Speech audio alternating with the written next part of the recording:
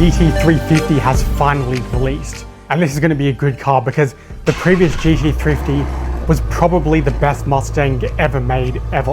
High revving, flat plane V8. That's the best engine they put into a car. Pretty much the perfect Mustang. So I was interested to see what this new one is going to bring. And they did release it today. It looks like this. Horsepower's looking good, 810 horsepower. Until I found out where that comes from. It's just the original Mustang engine with a supercharger. Now that is a completely bullshit way to do the car. That's literally just a straight out scam. Like, people want the 350, people want more horsepower, here's a supercharger. That's not how you do a car properly. They know that because they did the previous one perfectly.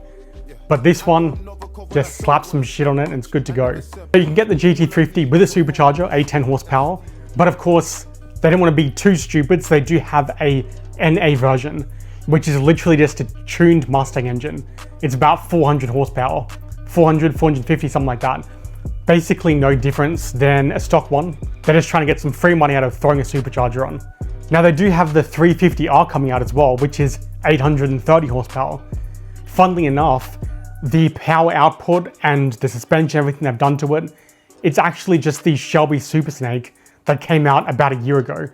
So it's even cheaper. They've just taken a Super Snake and changed the badge, which means this whole GT350 thing isn't even a proper build of a Shelby. Ford has nothing to do with this project. Ford said, you can take the car and do whatever, but we don't want anything to do with it. Realistically, it's a tuned Mustang with racing stripes.